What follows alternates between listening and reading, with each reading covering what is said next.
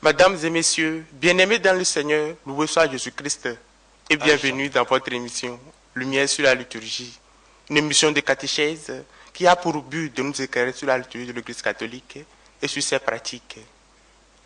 Aujourd'hui, elle sera consacrée à la place du chemin de croix dans nos pèlerinages, en particulier celui de Corvier. Les 6 et 7 décembre prochains, des milliers de fidèles catholiques et des autres confessions religieuses fouleront une fois encore le sanctuaire marial de Corvier pour le pèlerinage.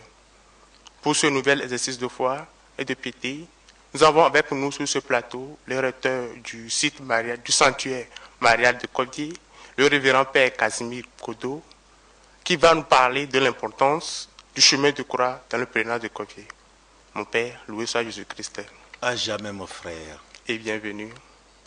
Alors, mon Père, les 6 et 7 décembre prochains, aura lieu le 17e pèlerinage de Corvier. Comment vont les préparatifs, mon Père? Les préparatifs vont bon train et je vous donne toute la garantie que vous aurez l'un des meilleurs pèlerinages dans l'archidiocèse de Lomé. Amen, ainsi soit-il. Alors, mon Père, avant d'aborder le chemin de croix de Corvier, nous allons remonter un peu le temps pour découvrir certaines choses sur le chemin de croix. Alors, en quoi consiste un chemin de croix? Au fait, le chemin de croix, c'est la méditation sur les souffrances du Christ avant sa mort. Et donc, les chrétiens méditent sur ces souffrances ponctuées de prières et de chants. Donc, le chemin de croix, c'est la méditation des souffrances du Christ. Sur les souffrances du Christ. Alors, à quand remonte le chemin de croix, la pratique du chemin de croix dans l'Église? Me rappeler un peu, me référant à l'histoire, je crois que c'était avec la paix de Constantin en 313, parce qu'avant cela, l'Église était persécutée. Mais avec l'empereur Constantin, l'Église, c'était en 313, l'Église a retrouvé la paix, la liberté religieuse. Et les fidèles chrétiens ont voulu refaire le chemin parcouru par le Maître dans sa souffrance. En ce moment aussi, il y avait les franciscains qui gardaient les lieux saints à Jérusalem. Et quand les pèlerins venaient à lieux saints, les franciscains proposaient à ces pèlerins de méditer sur la souffrance du Christ en partant du tribunal de Pilate jusqu'à la colline, jusqu'au mont Golgotha, jusqu'au sommet du mont. Donc les franciscains proposaient cette méditation aux fidèles pèlerins qui venaient en terre sainte. Donc les accompagnaient avec cette méditation. Nous sommes autour du 14e, 15e siècle. Et plus tard, ces franciscains ont imaginé des représentations, des statues des souffrances du Christ pour permettre à ceux qui ne peuvent pas faire le déplacement de Jérusalem, de la terre sainte, de pouvoir méditer aussi les souffrances du Christ. Et c'est là qu'est rentré dans les habitudes de la liturgie le chemin de croix. Alors on voit que les franciscains ont beaucoup influencé la pratique du chemin de croix dans l'Église catholique. Influencés, ils ont proposé cela, ils ont imaginé quand même qu'on peut méditer sur les souffrances du Christ. Alors quel sens alors donne-t-on au chemin de croix dans l'Église? Le chemin de croix, en réalité, n'est pas une reconstitution historique de la souffrance du Christ. Non. Le chemin de croix nous permet de voir la souffrance portée par le Maître. C'est un mémorial, voilà. Ce n'est pas un souvenir. Un souvenir, c'est un simple rappel. C'est un mémorial. Un mémorial, c'est-à-dire le fait se reproduit aujourd'hui et maintenant. on revit tout ça. On revit cela. Revit même, c'est plus faible. Mémorial, c'est le terme. Donc, rendre actuel, rendre présent un acte passé. C'est comme si là se déroule encore aujourd'hui et maintenant. Donc, le chemin de croix nous permet de voir la souffrance portée par le Christ et aujourd'hui et maintenant. Et partant, nous-mêmes, nous identifions au Christ. Nous identifions au Christ souffrant. Et nous demandons pardon pour nos péchés. Et nous le remercions pour ces souffrances qui nous sauvent, que le Christ a portées pour nous sauver. Voilà un peu le sens. C'est très bien. Alors, quand nous méditons le chemin de croix, le chrétien catholique médite sur 14 stations. Alors, comment sont nées ou bien comment sont choisies ces 14 stations? Oui, ces 14 stations, vous avez raison. Ces 14 stations ont été fixées autour du XVIIe siècle avec les papes Clément XII et Benoît XIV. Ils sont eux qui ont fixé donc les souffrances de la méditation sur les souffrances en 14 stations. Et la plupart des stations, des souffrances, sont tirées des évangiles. Il y a, je crois, 3e, 4e, 6e, 7e et 9e. Ces 5 stations ne sont pas directement liées aux évangiles. On les retrouve dans les écrits apocryphes. Et ça dit, ce sont les écrits que l'Église officiellement ne reconnaît pas. Mais les autres stations sont directement tirées des évangiles, de l'enseignement des 4 évangiles. Et c'est fixé à 14 stations. On n'y touche plus. Ok. Là, on voit qu'on médite sur 14 stations, mais sous d'autres cieux, on médite sur 15 stations, notamment à Lourdes depuis 1958. Alors pourquoi ce petit décalage? Vous avez raison. Pour ceux qui ont déjà visité Lourdes, quand vous prenez là, où il y a le bâtiment, il y a un chemin pour le chemin de croix, avec le bâtiment de secours catholique là, vous montez, et puis vous descendez. À la 14e station, il y a la croix, les gens ont accroché leur rosaire, et puis tout juste un peu en bas là, il y a un plateau, un tableau blanc. C'est pour signifier l'espérance. Au fait, c'est pour dire aux chrétiens que le chemin de croix ne finit pas avec la mort, que c'est une mort qui porte espérance, qui s'ouvre sur la résurrection. Voilà pourquoi, pas seulement à Lourdes, même dans l'église Saint John's à Londres, il y a ça aussi.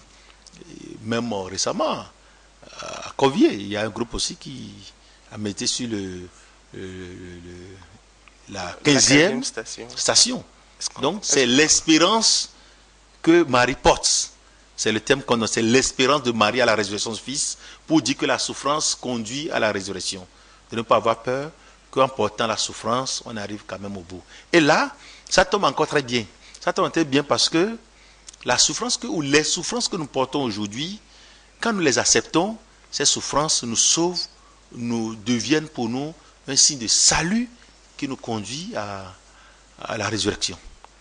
Alors, est-ce qu'il y aura une 14e station, une 15e station plutôt à Covier cette année?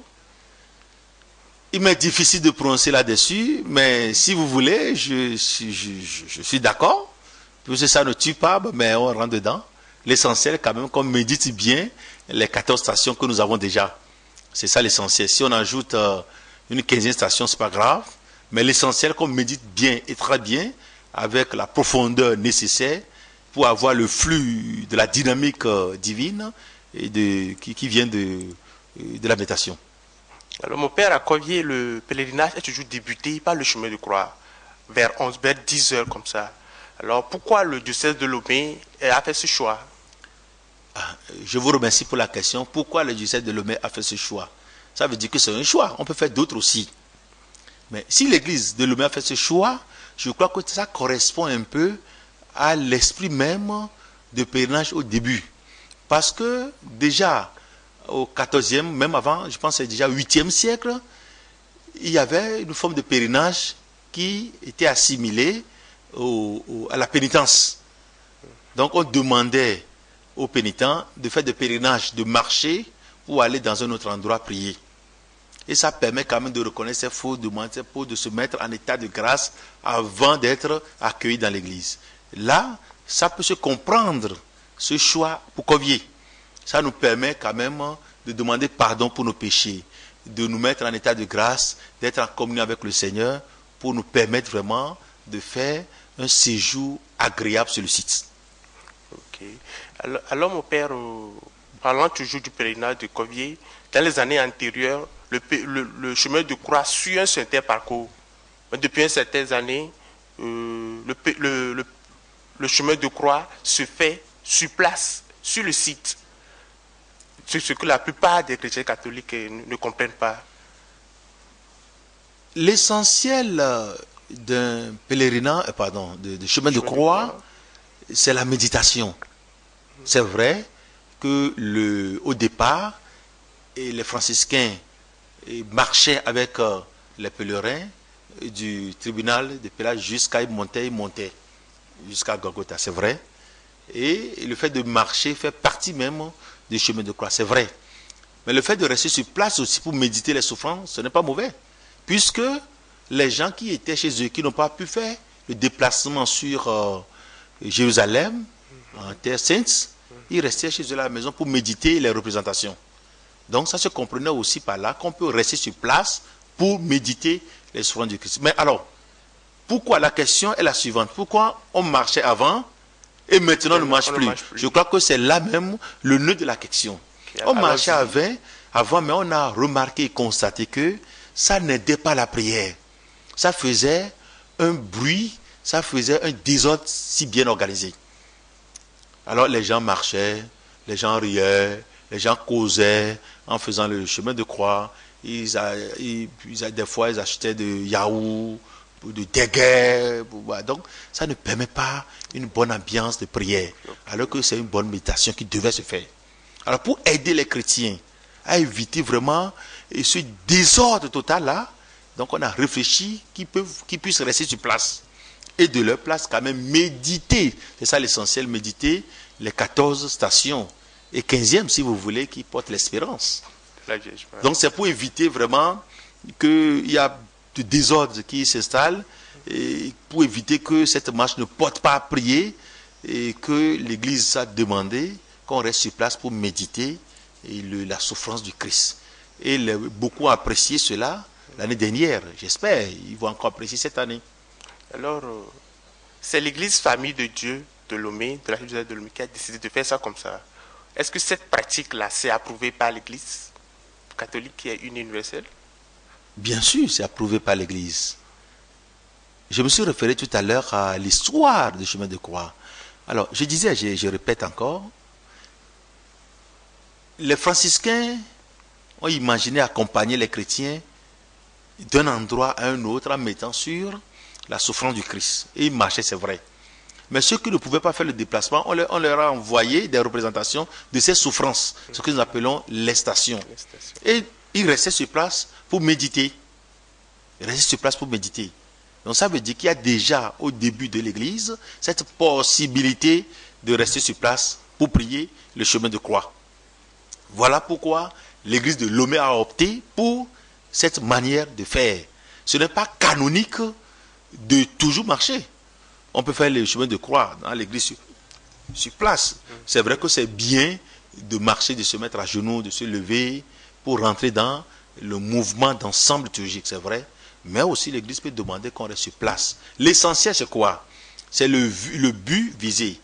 Pour permettre aux chrétiens de vivre, de méditer et de prier. Si en marchant on ne permet pas de prier, à quoi bon continuer? Donc il faut changer, trouver une autre manière pour aider le chrétien, pour aider le pèlerin à prier, à rentrer dans l'intimité de cette prière. Et c'est ce que nous avons trouvé dans l'archidiocèse de Lomé. Ça se fait ailleurs, nous avons copié tout simplement ce qui se fait ailleurs aussi. Ça se fait. Donc ça va se faire encore cette année? Je crois bien, je ne sais pas encore la décision du Père Archevêque, puisqu'il est en voyage, je n'ai pas là. On attend son retour pour voir si c'est à lui d'évaluer, d'apprécier, si les fidèles laïcs ont aimé cette manière de faire l'année dernière. Mais déjà, à la première évaluation avec lui, il me l'a dit, que c'est très bien fait, que c'est bien. Il a apprécié, parce qu'il a apprécié, je crois, que ça sera encore fait cette année. Je crois. il peut encore changer. Ok. Alors, mon père, quels sont les fruits qui découlent d'une bonne méditation d'un chemin de croix? Les fruits, je n'en sais pas, mais je vous dis mon expérience. Quand moi, je vis le chemin de croix de chez moi à Corbière jusqu'à sur le site, je sens en moi que c'est comme une libération intérieure. Je me sens léger, c'est comme si un fardeau est tombé de moi. Je sens ça. Je sens être porté par un être spirituel. Je sens que désormais, j'ai cette présence de Dieu. Je sens être porté par une main secourable. Sincèrement, je sens cette présence de Dieu. Honnêtement, donc je sens être pardonné par Dieu. Je me sens davantage fils de Dieu et j'ai en moi une certaine joie. Ceux qui ont bien fait le chemin de croix l'ont toujours dit qu'à la fin, ils sentent une certaine joie intérieure. Ça, c'est vrai. C'est vrai. Ils sentent une joie profonde, une joie intime, une joie intérieure, d'être libéré, d'avoir été écouté par le Seigneur, d'être avec le Seigneur. Finalement, c'est comme ils se sont identifiés au Seigneur. Voilà. Mais là, il faut faire l'expérience pour le dire, et je dis de mon expérience. Ok. Alors, mon père, pour pouvoir bénéficier de ces fruits, cela nécessite une préparation pour un chemin de croix. Alors, comment le chrétien alors peut se préparer pour bien vivre un chemin de croix et bénéficier de ses fruits? Oui, comment se préparer? Voilà. Je mets le chemin de croix au même titre de qualité que toute prière. Et donc, pour faire une prière, il faut être en de bonnes conditions. Pour faire un bon chemin de croix, il faut être en état de grâce. L'essentiel pour moi, il faut savoir qu'on veut prier. Ça, c'est fondamental. Il faut savoir qu'on veut prier, on veut prier pour une cause. Là, je crois que c'est la préparation ultime, la plus grande des préparations. Mettre dans la tête qu'on veut prier. Et prendre le sérieux nécessaire pour le faire. Le sérieux pour le faire. Ne pas commencer le chemin de croix, s'arrêter un peu, et prendre de puata, et continuer un peu, prendre le téléphone pour dire, attends, je vais arriver dans 15 minutes, continuer là, ce n'est plus prière. Donc, prendre les dispositions pour se mettre dans les conditions idéales pour une bonne prière. C'est tout. Okay, mon père, nous tendons... Et avoir confiance d'être exaucé, qu'on sera exaucé par le Seigneur. Ça échappe beaucoup aux chrétiens. Il faut y croire. Il faut y croire. Le chemin de croix, c'est quoi? C'est la recommandation du Seigneur. Et convertissez-vous et croyez à la bonne nouvelle. Il faut croire que ce chemin de croix m'apportera le salut nécessaire. C'est très important. Je dis avec la conviction. Et j'ai fait l'expérience, j'ai eu les fruits, je demande aussi aux autres de faire cette expérience. Vous avez fait l'expérience, vous avez eu le fruit. Et vous conviez les pèlerins, les catholiques à faire cette expérience. Alors, mon père, nous tendons doucement vers la fin de cette émission. Vous avez un conseil à l'endroit des pèlerins pour ce pèlerinage? Conseil, oui. 3 conseils. Le premier conseil, il faut savoir qu'on va en pèlerinage. Quand on va en pèlerinage, on va prier. C'est très important de mettre ça dans la tête. On ne va pas en pèlerinage comme on va à une soirée de gala pour aller fêter, pour aller boire, pour aller manger. Non, mettre dans la tête qu'on va aller prier. C'est très important. Mettre dans la tête qu'on va aller prier. Et donc, je demande aux chrétiens qui, en quittant la maison, de savoir qu'ils vont prier.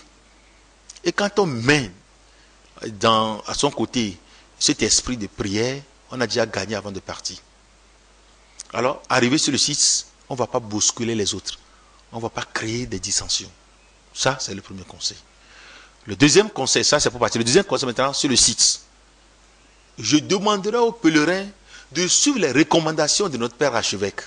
C'est fondamental pour, n'est-ce pas, le vivre ensemble pour les 2 jours. Il faut quand même respecter un minimum d'enseignements, de recommandations. Et quelles sont ces recommandations? Je donne quelques recommandations, par exemple, de respecter les toilettes, les lieux désignés pour les toilettes, de les respecter, et de faire les toilettes là, de garer là, il faut garer sur le parking indiqué, de ne pas garer là où il ne faut pas, de ne pas assiéger le site de 4 jours avant les jours indiqués, de ne pas transformer le sanctuaire en lieu, en marché, un grand marché, un marché de Guédiana, oui.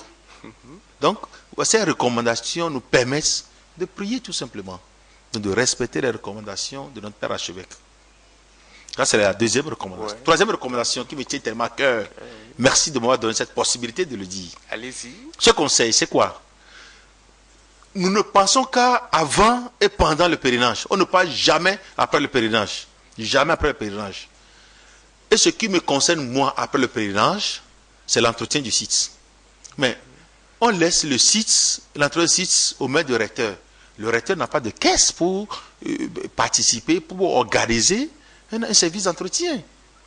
Alors le minimum que je demande à mes chers frères et à mes chères sœurs qui viennent en pèlerinage, c'est quand même d'entretenir le lieu, l'espace qu'ils ont utilisé. J'ai dit quelque part que les gens viennent avec des coupes-coupes dans leurs effets. Et quand il arrive, la première chose, c'est d'aller couper les palmiers et de faire des chambres chalons avec raies. Alors, après, ça cause de problème. On laisse tout aux soins du recteur. Donc, il faut quand même arranger ce qu'on a coupé. C'est dommage. Il faut arranger. On laisse les places de puits à traîner. On laisse les plastiques, les sacs plastiques traîner. Mais c'est vilain. Je vais vous dire, il y a 3 ans, le diocèse de Cambrai, c'est le nord de la France, l'évêque, le vicaire général, avec une 50aine de pèlerins sont venus. Ils sont venus 2 jours après notre pèlerinage. À Lomé ici. À Lomé, ici, sur le site Sarkovier. Ils ont été logés, je les ai logés chez les sœurs canossiennes, et ils sont venus 2 jours passer le pèlerinage sur nos sites. Malheureusement pour nous, c'est en ce pèlerinage qu'il avait plu. Mais il fallait voir l'odeur. C'est pas l'odeur de la cuisine. Ça puait. Ah mais comment? Mais c'était terrible. Vous voyez? Donc il faut quand même entretenir avant de partir. Et je disais quelque part aussi que un jour viendra, on fera un procès environnemental contre l'église de Covier. Si le site n'est pas entretenu. Ah oui, bien sûr, parce que ce n'est pas seulement sur le site. On comprendrait que c'est seulement sur le site, parce que le vent traîne et draine les déchets jusque dans le village. Jusque dans le village. Je vous dis la vérité, je le dis au nom de justice et de solidarité. Il faudrait qu'on pense l'entretien après le pèlerinage. Donc, il ne faut pas qu'on laisse le lieu en cet état avant de partir. Et j'appelle quand même aux pèlerins, mes frères et mes sœurs qui sont vraiment des gens conscients qui vont le faire. C'est un défi que je leur lance. Je crois que le message ne tombera pas dans les oreilles des sourds. C'est même pas tombé dans les oreilles des sourds. Amen. Alors, Père, on va faire une petite synthèse en éveil. Nous vivons les types bon pomme, les télespèces. Et bien, mis les couteaux, Fada Boubouto, Casimir Kodo, qui est bon sanctuaire malade de Koviadi. Et mis le pour nous poso, à Tissou Gamonti. Ça a mis bien les. Je vous goûte à Tissou Gamoire, et qui est jolé Hamiro, Fada, les qui me donnent Tinamiro. Yo, m'donne Tissou Gameno qui est à Tissou Gamoire, il y a des blessures, un peu tombé, c'est Sionti.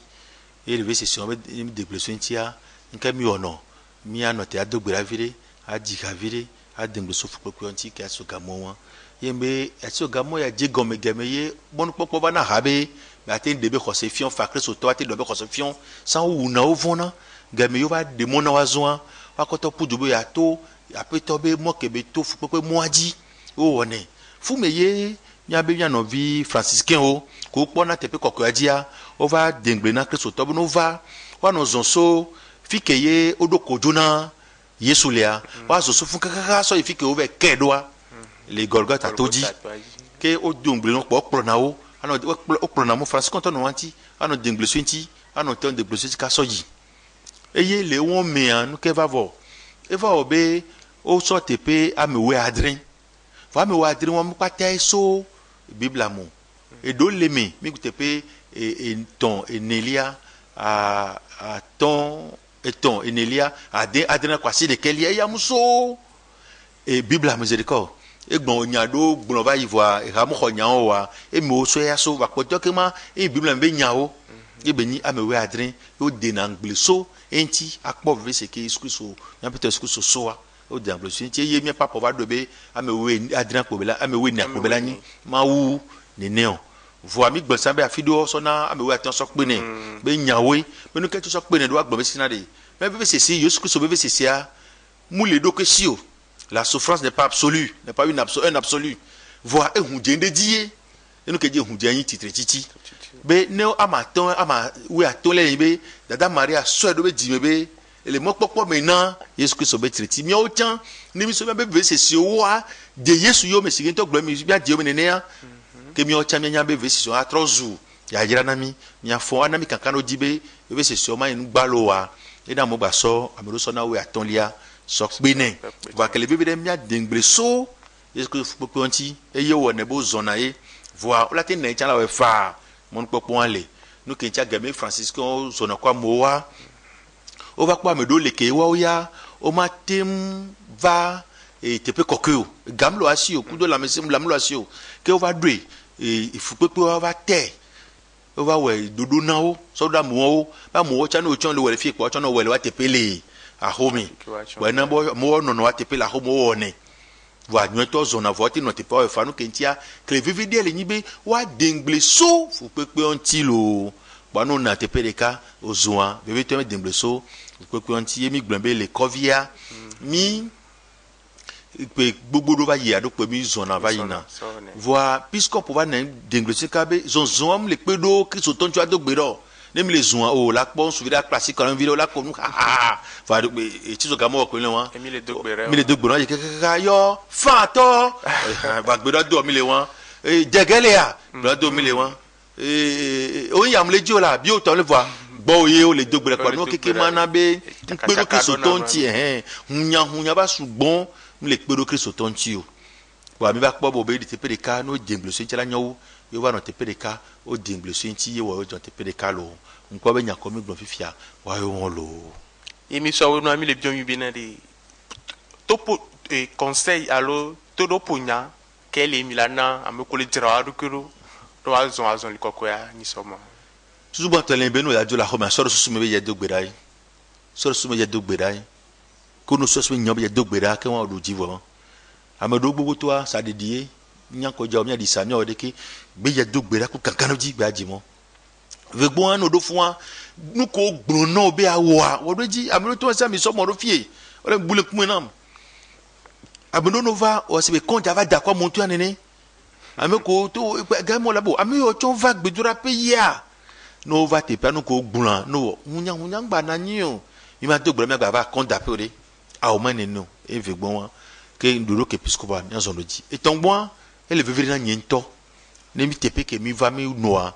mi jagwa mi ajate paro gwa mi ajo eye fi ko mi examen ko do la mi yi bi ajate paro fun amro fi ko le dan le o dam le fun akeye o le de ro ko do zere ke won o de matino mi matina gbe no de entiare de mi ja bi o nu po mi gba pote nu o keke ndare do tepe ne mi ava paro ko mi atozo po e volo bambiobe amise jagwabe mi yaje kasiaga mi jira be sadi kokwa go kudo atiso gamon be mi zonku ese fi so le itoadi mi kan ma ula honami le so kemi le so vont kemi ale mi anono mi nyoto ame le yayira be asumi asi mi jira go kwa so gamon lo ku Yesu antolo gbonya ko mi glosande ya wa be won ko ko antola pede mi anti godo inu yo mi la o nuere.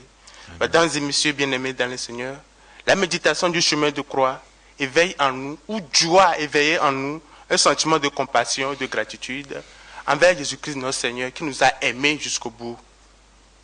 Nous devons aussi trouver dans cet exemple du Christ l'attitude que nous sommes invités à tenir. Ainsi, pour faire votre émission Lumière sur la liturgie, consacrée aujourd'hui à l'importance du chemin de croix dans nos pèlerinages, surtout celui de Covier. Nous vous rappelons que nous étions avec le Père Casimir Kodo. Il est recteur du sanctuaire Maria Notre-Dame de Douleur de Covier. Merci beaucoup, mon père. Si vous permettez, j'aimerais quand même demander aux fidèles chrétiens de soutenir TV Space. C'est très important parce qu'il y a un défi à relever nous tous. Hein. Et aujourd'hui, cette année, TV Space va émettre directement de Covier. Alors, quel défi? Mais est-ce que TV Space a les moyens? Non. Alors, à nous d'apporter notre moyen, n'est-ce pas, à la réalisation de ce grand projet. Et donc, n'hésitons pas. J'ai dit quelque part que je vais vendre mes chaussures pour soutenir TV Space. Je crois que d'autres aussi trouveront les moyens nécessaires pour soutenir notre télévision, pour réaliser ce défi, cette gageure.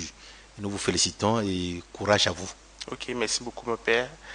Amis téléspectateurs, nous sommes ici arrivés à notre émission. J'espère que vous avez suivi avec un grand intérêt.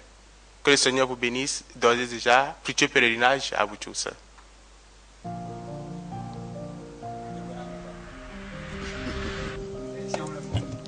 Donc,